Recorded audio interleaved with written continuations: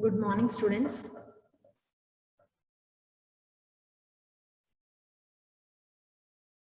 All of you answer these poll questions.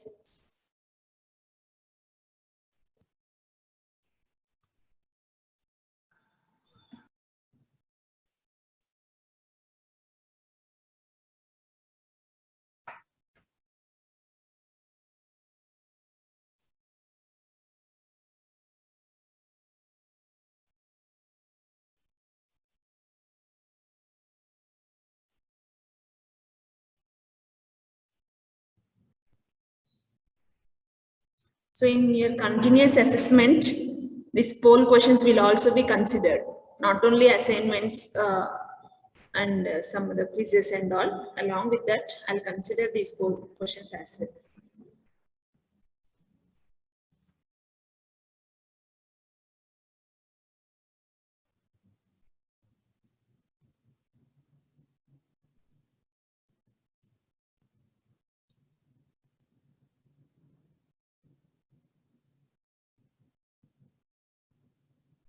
Yes, make it fast. Out of 37 students, only 14 students gave their response.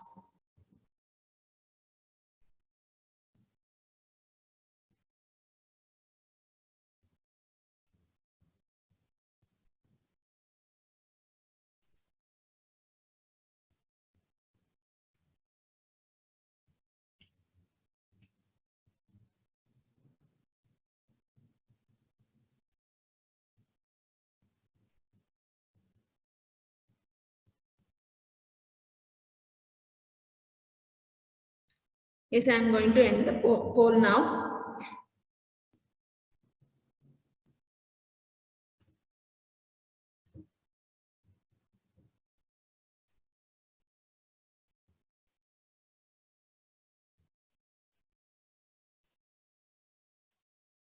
So the question is, first question, traffic analysis attack is dash. So we know that there are two types of security attacks. Security attacks are broadly categorized into two types. One is passive attack, other one is active attack. So while there is a transmission over the network between the sender and receiver, opponent can capture the data or opponent can receive. Instead of modifying the content, what the opponent is going to do is simply opponent can observe or opponent can read the data. So that the type of attack is called as the passive attack. And coming to the second type of attack is the active attack, where opponent can modify. Sometimes it modifies the data or it makes the server will busy. So traffic analysis attack is nothing but in this, opponent will observe the pattern of the messages transmitted from sender to the receiver. So if there is a series of messages, what is the frequency of words? How frequently a particular message is transmitted from sender to the receiver? So that frequency will be observed in the traffic analysis. So here, traffic analysis is a passive attack. Coming to the second question, that is conversion of plain text to ciphertext is known as. So many of you given correct answer. So the answer is encryption. So encryption is a process which converts plain text to the ciphertext. Whereas on the other side, actually this encryption will be done at sender side. At the other side, receiver side, decryption will take place. So whatever the ciphertext received by the receiver will convert that into the plain text by using some decryption algorithms. So in this subject, we discussed the introduction part, and then what are the different types of securities like computer security, network security, and internet security. And we just discussed some security concepts like how to provide, what is a confidentiality, integrity, and availability. So this is called as the CIA trade. So the relationship between confidentiality, integrity, and availability is known as CIA trade. Okay, CIA trade. So this should be provided whenever there is a communication between the two parties. Then this should be maintained. The confidentiality should be maintained. The confidentiality of the data and integrity of the data should be maintained, and availability and the resources should be available whenever the communication is established between the sender and receiver. So it should provide the resources, the required resources. And so here we discussed the OSI architecture, so which will specify what are the different types of security attacks and the mechanisms and the security services. So we discussed security attacks as well as the mechanisms. So in today's class, we'll discuss what are the different types of security services. Yes, this one completed, right? Yes, coming to the security services, in order to prevent, so why the services should be provided? What are the services means? Simply it provides some policies. Services will be provided in order to prevent or in order to detect the attacks. So either it may be a passive attack or the active attack. In order to prevent them or in order to detect the attacks, the services will be provided. So these services will enhance the security. Okay, when the data is transmitted over the network, so it provides some services at system level itself. So here these are intended to counter the security attacks. And here these security services, what simply it provides the security services will implement some security policies. So in order to provide security services, it makes use of some mechanisms, security mechanisms. So already we discussed what are the different types of security mechanisms. Simply, security mechanisms are nothing but some cryptographic techniques, some algorithms. So by using those algorithms, it provides the services. So security services makes use of one or more security mechanisms. So depending on the type of the security it is going to provide, so it uses multiple mechanisms sometimes.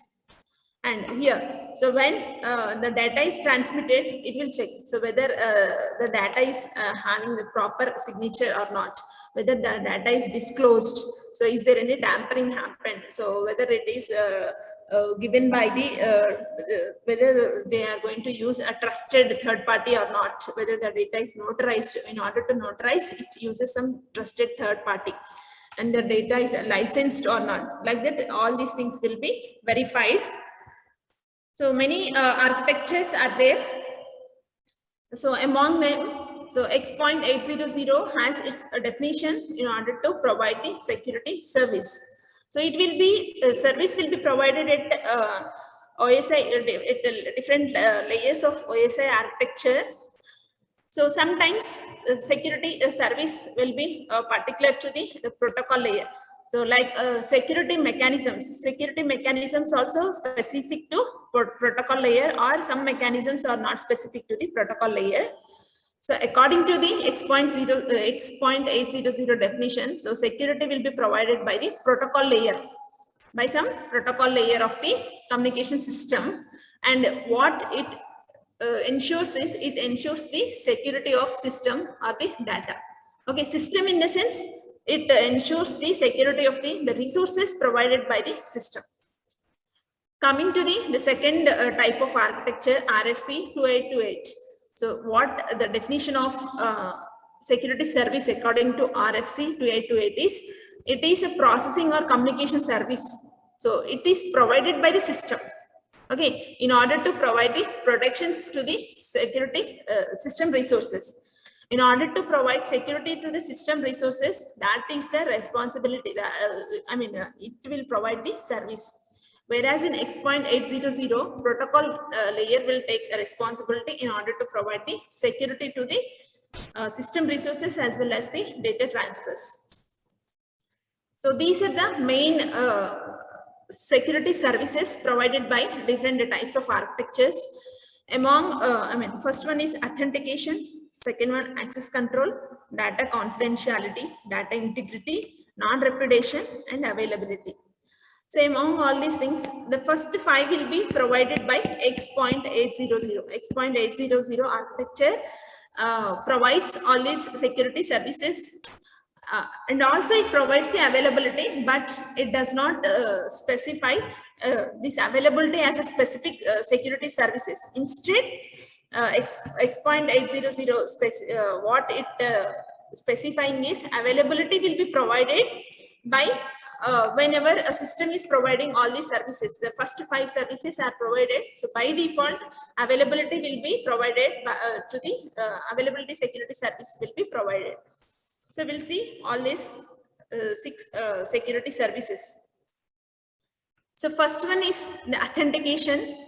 So how providing the authentication is nothing but before going to transmit the data between, the transmission takes, before the transmission takes place, it has to check the identity of the sender and the receiver. So that is the authentication. So what it assures the communication is authentic. So in single message or ongoing interaction. So sometimes the communication will be single message, means the sender will just alert the receiver, or sometimes it will send some alarm. Okay, so in such situations, there is no ongoing communication. Receiver will not give any acknowledgement, simply based on the alert message from the sender. So receiver will do some activity. So that is called as the single message. And ongoing interaction. So there will be a transmission, data transmission will be taken place between the sender and the receiver. So here, whatever, so whether it is a single message or ongoing interaction, so it has to check the identity, or the both authentication should be required. The sender as well as a receiver should be verified. Then only the communication should take place. So in order to provide that authentication, how this security service so will be provided. So here it will be done at 2 levels. One is peer entity authentication. First one is the peer entity authentication.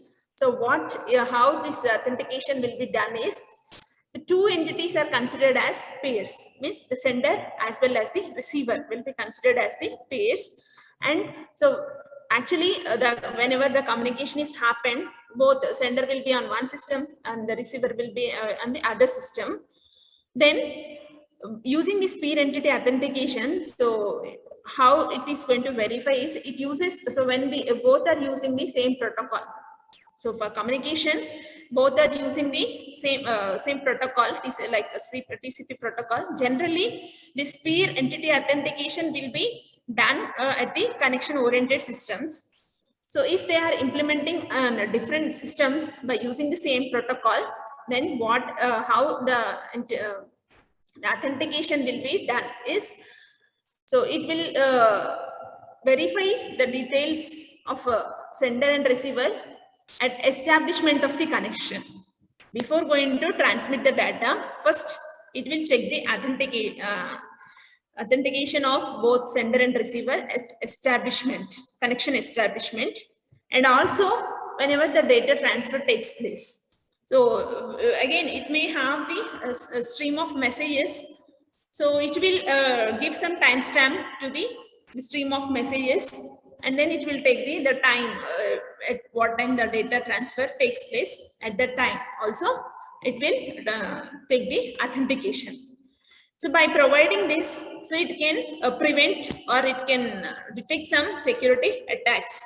So the main attacks which will be prevented by using this authentication is masquerade attack, and also replay, so unauthorized replay of the previous connection.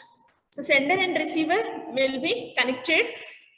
So whatever the data transmitted in the first connection, so opponent can save the messages, and later again whenever the connection is re-established, so the messages can be replayed using this opponent.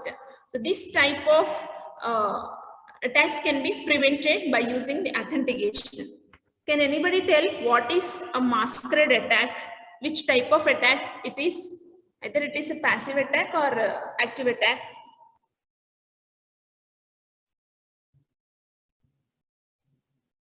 Give your answer in chat box at least.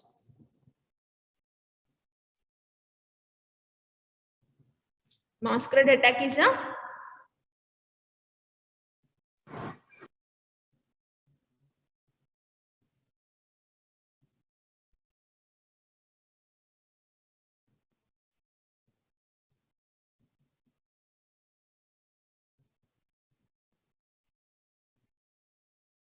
Am I audible?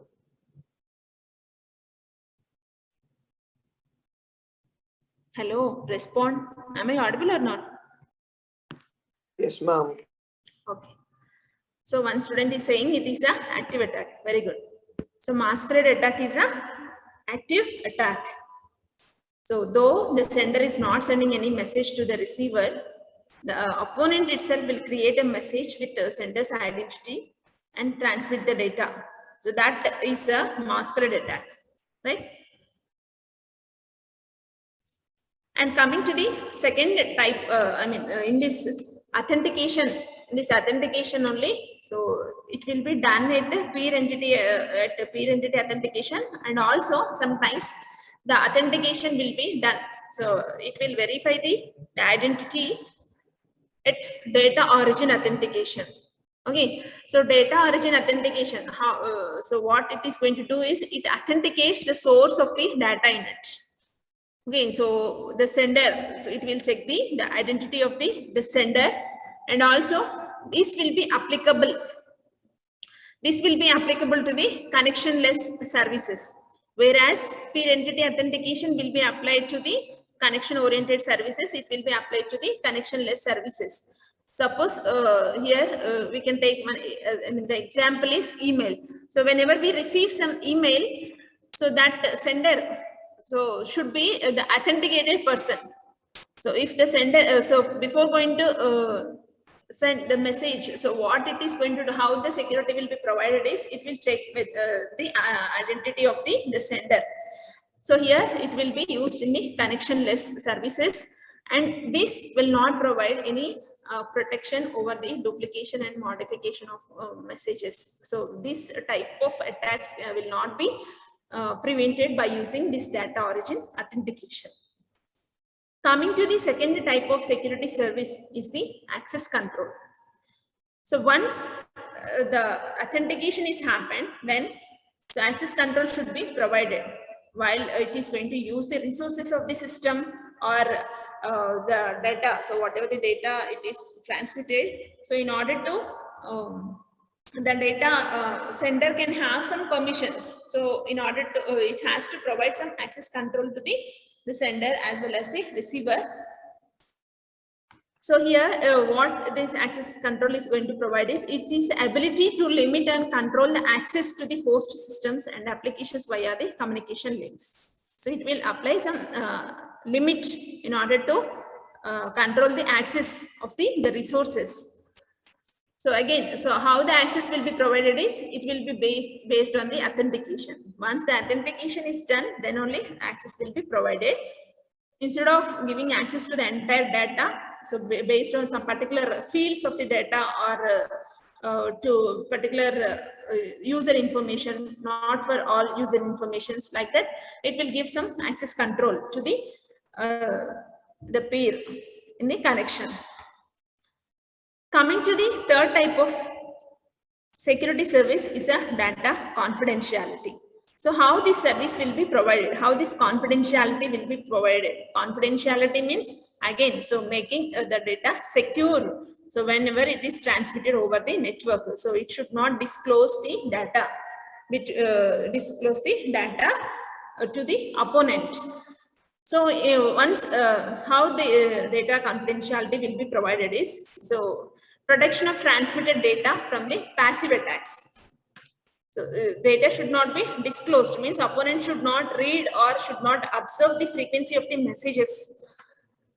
So here, so in order to provide that, so protection of service messages. So what it is going to do is, so it will check, so which type of data is transmitted, like it can send the user information, like it can give the user data. That data transmission consists of the data may contain user information or some particular fields of user.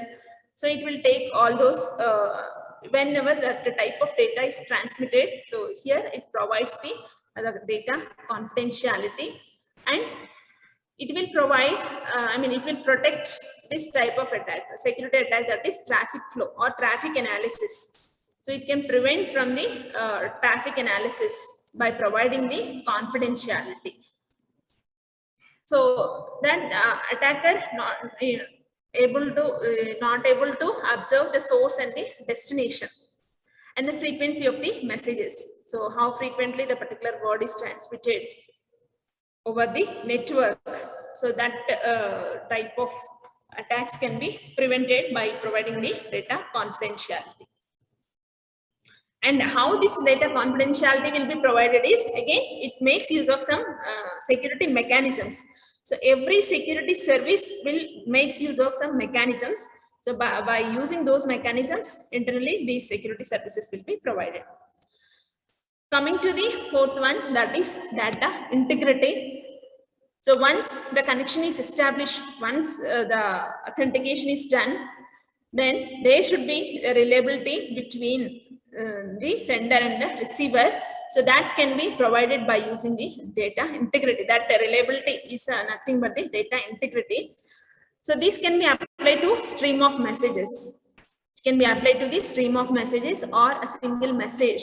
Sometimes alert will be there from the sender to the receiver. So at that time, and then selected fields within a message. So when a message is selected, so only some particular fields, the columns of the messages can be transmitted over the data. So here it has to provide the reliability to those fields of the data. So that is a data integrity. So this can be done at connection-oriented machines as well as the connectionless services. I mean, connectionless service. So in connection-oriented services, so how it is going to provide the data integrity? What is meant by the data integrity is, it assures the messages are received as sent with no duplication. The way the sender is sending the messages in the same order, it has to received by the receiver. So that will be done only in connection-oriented services.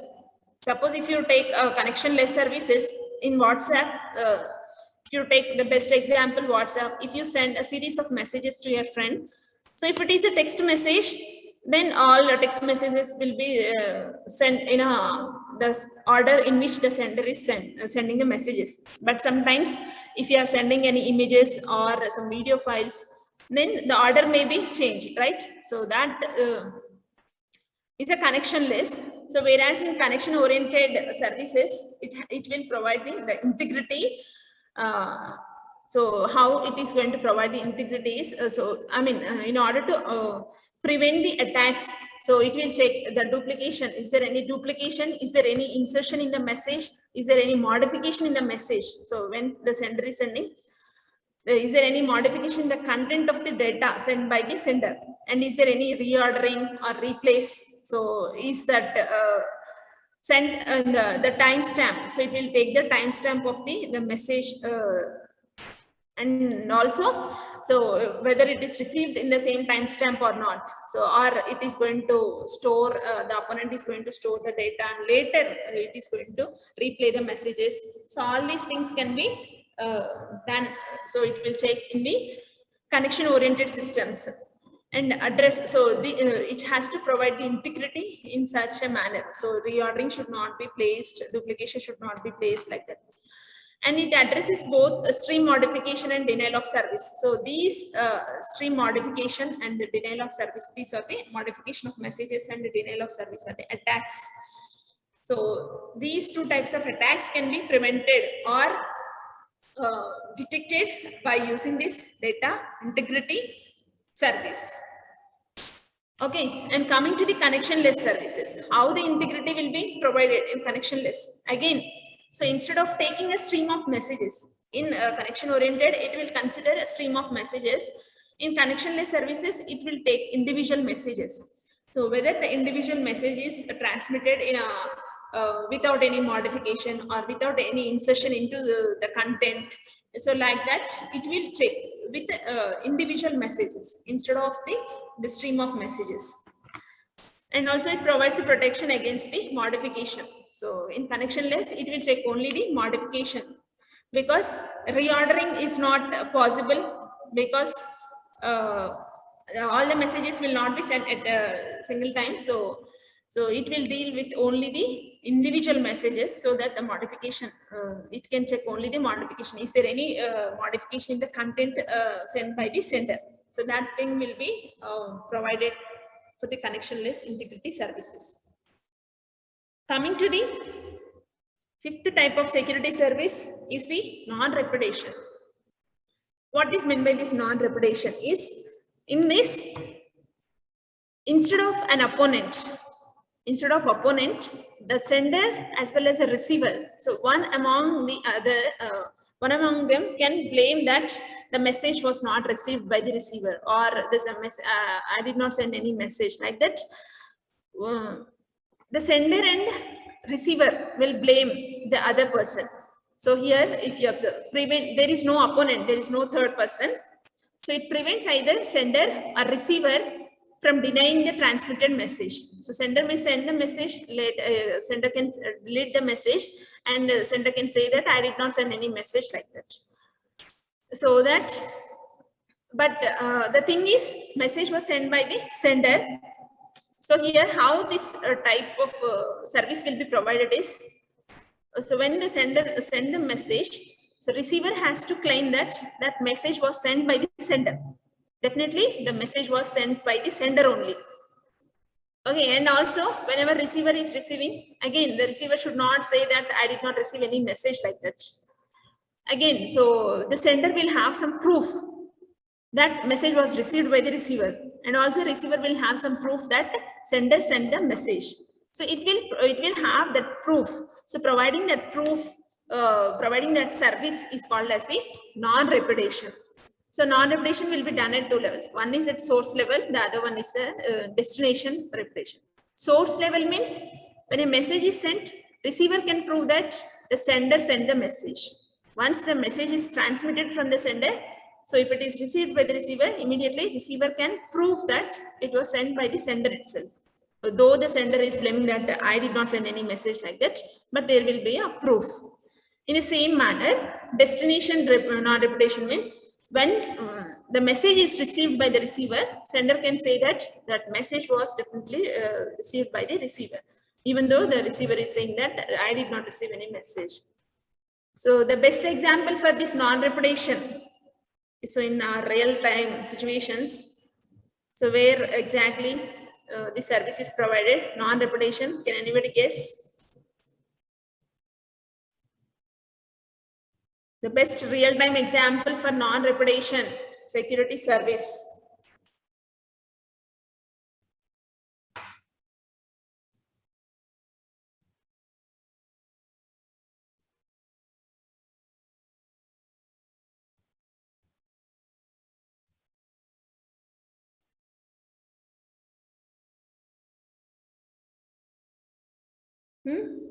You think in daily life we are using, we can claim that message was received by the receiver, or we can claim that the sender sent the message.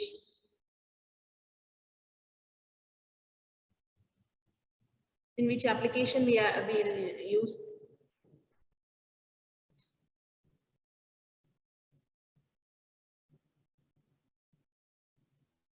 WhatsApp. The best example for this is WhatsApp. See, so once the sender send the message, there will be double tick. So whenever there is double tick, receiver can claim that it was by the sender, message sent by the sender. Again, so when there is a blue tick, automatically sender can prove that the message was received by the receiver. This is the best example for the non-repudiation. So this is a service. And also the last technique, the security service is the availability. So here it has to provide the availability of the resources. See, the property of a system or system resource being accessible, usable upon the demand by the authorized system entity. So once the connection is established, once the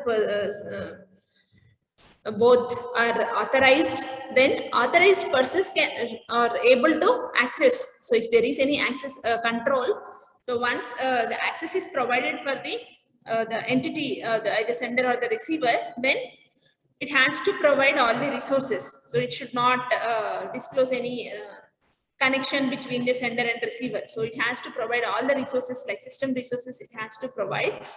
So that is called as the availability. Without having the system resources, even though the connection is there between the sender and receiver, again, so data transmission will not be possible. So this is with the availability service.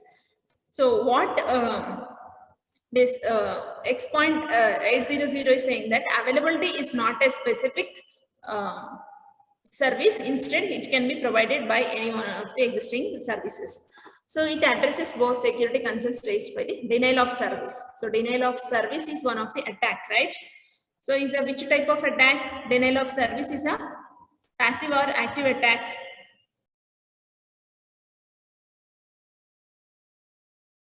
Why no response? You can unmute and you can tell the answer, right?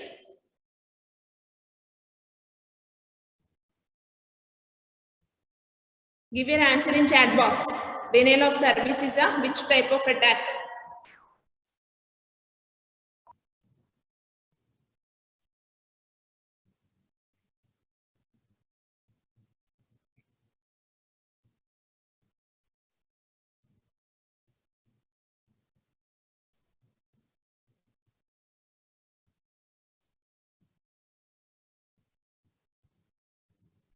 No response.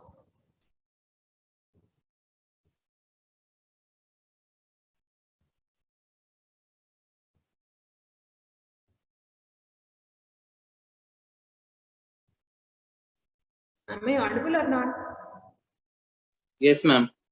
Okay. So denial of service is an active attack, right? So this availability prevent from the denial of service. How this availability service prevent from denial of service is, in denial of service, sender will be there. So here, instead of the receiver, we can say that server will be there at the receiver side. The sender is nothing but some client. So client will give the request to the sender. What the opponent will do? Opponent will also give some request to the sender. So what the opponent is going to do is not only a single request, opponent will keep on giving the n number of requests, so that the server, the main responsibility of the server is it has to provide some services to the requests. So when the client, so who is authenticated, so this C is an authenticated person. So actually the responsibility of server is it has to provide the services to the C. But before going to reach that request to the server, opponent is sending n number of requests, so that the server will think that this opponent is also a authenticated client, so that server will give the services to this request, and server will not get the chance to give the services to this client request. So how this availability service will be provided, how this will be prevented, this attack is, server will have some capacity. Okay, so server will have some capacity, so that within at a particular moment of time, it can handle n number of services, n number of requests. Okay, so it will divide the content based on the configuration. What it is going to do is, it will serve as many requests as possible. It will provide the services to the as many requests as possible, so that it can prevent the denial of service. Though the opponent is sending a number of requests, so if the server is the configuration or the server capacity is increased, isn't it? The system resource, server is a system resource, right? So if the capacity is increased, automatically the server can give the services to the client as well. So that is the availability. So here, these are the different types of security services provided by the X.800. So whatever we discussed till now, all, but X.800 specifies only 5: authentication, so which consists of peer entity authentication and data origin, access control, data confidentiality, data integrity, and also non-repetition. There is no availability in this. We can go through this. So whatever we discussed till now, just summarized here. So these are the 5 security services provided by the X.800. Security mechanisms, I think we already discussed the security mechanisms. So these are just techniques or the algorithms. These mechanisms will be provided in order to implement the security services. So these are the security mechanisms. We have already gone through this. Okay, so this is the relationship between the security services and mechanisms. There are many mechanisms: encipherment, digital signature, access control, data integrity, authentication exchange, traffic padding, routing control, and the notarization. So these mechanisms, so one or multiple mechanisms can provide the service. So here these are the services. Actually, broadly they are categorized into 6 types, but internally authentication has peer entity authentication, data origin authentication, access control, confidentiality, and also traffic flow confidentiality is again subdivided into traffic flow confidentiality, data integrity, non-repetition, and the availability. So these are the, this is the relationship, means encipherment mechanism. So what are the encryption techniques we are going to use? So that will provide the authentication, peer entity authentication service, and digital signature can also provide the peer entity authentication service, and authentication exchange can also provide the peer entity authentication service. So like that, this is the relationship. So which type of mechanism will provide which type of service is a relationship.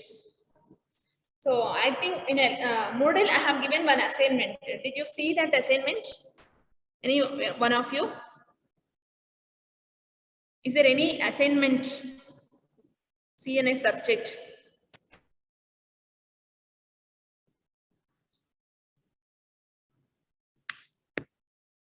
Yes, there is assignment. Yes, So ma'am. what is this assignment is? So here in this slide, there is a relationship between security mechanisms and security services. I asked you to write the relationship between security attacks and security services. So suppose if there is a passive attack, traffic analysis.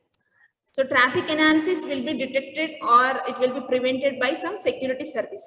Till now we discussed different types of security services, right? Suppose if you observe one security service, this one, availability. Availability security service can, see, availability security service can prevent from the denial of service. So you have to write that. So you have to take a list of security attacks here and security services over here. So whenever there is availability, so there is a denial of service. So denial of service can be addressed by the security, can be addressed by the availability. So this type of relationship. So you have to design the relationship between the security services and the security attacks. So this is the relationship between security mechanisms and services. So in order to provide one security service, it will makes use of one or multiple mechanisms in the same manner. So once a security service is provided, means it can prevent some security attacks. So you have to list the security attacks. That is the assignment. I think tomorrow is the last date for the assignment. All of you submit. Okay, so till now we discussed different types of security aspects like attacks, services, and the mechanisms. So actually the main intention of cryptography is, so whenever there is a sender and receiver, so we'll be at different systems, there will be a communication channel. So this communication channel we consider it as a insecure channel. So when the data is transmitted over the insecure channel, so there is a chance of taking the data by the opponent. So cryptography, what it is doing is, instead of sending the data as it is, it will convert that data into some other format. So that the ciphertext, okay, the original text is a plain text, then that will be transmitted into the, converted into ciphertext, that will be transmitted. And at receiver side, ciphertext again will be converted to the plain text. So that is the main purpose of the cryptography. So conversion of plain text to ciphertext and ciphertext to plain text. So here, if it is done in a proper manner, that is called as a cryptography. So the person, and also cryptanalysis. So if it is done by the retrieving the original text is done by the opponent, then that is that process is called as a cryptanalyst.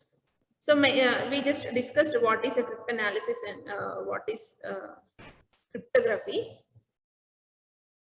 So here, in order to implement this cryptography, we have two techniques, like symmetric cryptography and the asymmetric cryptography. So what the symmetric and asymmetric is? So sender and receiver will use. Excuse me, ma'am. Yes, ma'am. Ma'am, assignment we have to write or we have to type, ma'am? Your wish, but your name should be there on the assignment itself, and you have to save the file with what your pin number underscore assignment 1, pin number underscore assignment 1, and inside the assignment also I should see your name. Okay, ma'am. So we have to type and we have to make that file and we have to rename the file also with the pin number. That's all, ma'am? Yes. Okay, ma'am. Thank you, ma'am. So here, sender and receiver will have, and while converting the plain text to ciphertext, it uses the encryption algorithm. Whenever it is using the encryption algorithm, it makes use of key. Okay, it makes use of the key. So based on this key, there are two types of cryptographic techniques. One is a symmetric key, the other one is an asymmetric key. So what is symmetric key means? So for encryption as well as for decryption at receiver side. At receiver side, ciphertext will be converted to the plain text using the decryption algorithm. So here also it uses some key. So if the key is same at sender side and at receiver side, okay, if both at sender and receiver, if the key is same, then that is called as a symmetric or secret key cryptography. And coming to the asymmetric, so if the key used at sender side, if K1 is used at sender side, if K2 is used at receiver side, means the key used at encryption process is different from the key used at the decryption process, then that is called as the asymmetric or public key cryptography. Sometimes at encryption side also it can use multiple keys. Instead of using single key, it can use multiple keys. Again, at decryption side also it can use the multiple keys, but these two are different. At least one of them should be different. Then that type of key is called as the asymmetric key or public key cryptography. So here, so whatever the single key or the symmetric means the key will be same at the sender side and receiver side. So that will be represented like this. Plain text will be there. So it uses encryption algorithm. In this encryption algorithm, it is using one key. Okay. And at receiver side, so once the ciphertext is received by the receiver, it uses decryption algorithm and it uses the same key. So these two are same. The same key will be used, and by using that, it can retrieve the original text or the plain text. So here, mainly in the crypto system or the cryptography, so we'll use what? Plain text. Already we know that it uses plain text. It uses the terms of crypto system are like plain text, ciphertext. It uses some key, it uses encryption algorithm, and it uses the decryption algorithm. So the terms are represented over here, like plain text means original text. Set of all possible. Plain text means original text message. Set of all possible ciphertext means the converted text. Ciphertext is nothing but just the converted text. Key space means it can use any key value. It may be some numeric number, or sometimes it can use some string. So whatever. So depending on the requirement, it uses some key. So that key is also called as the key space. And E is the encryption rule. Set of encryption rules or encryption algorithms. D means decryption rules or the decryption algorithms. So for each key, so key can be used. So in symmetric, key can be used at the sender side and receiver side will be same, whereas in asymmetric will be different. And also in symmetric also, so in order to convert plain text to ciphertext, it can use multiple keys. The same multiple keys can be used by the receiver.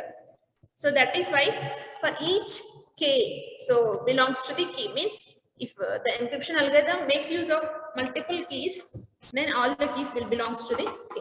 So there is an encryption algorithm. So that encryption algorithm will be represented with this. So that will be belongs to this.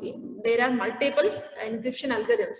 The corresponding decryption rule is, decryption algorithm will be belong to D, such that, so what it is specifying is, once the plain text is encrypted using the encryption algorithm, then decrypted.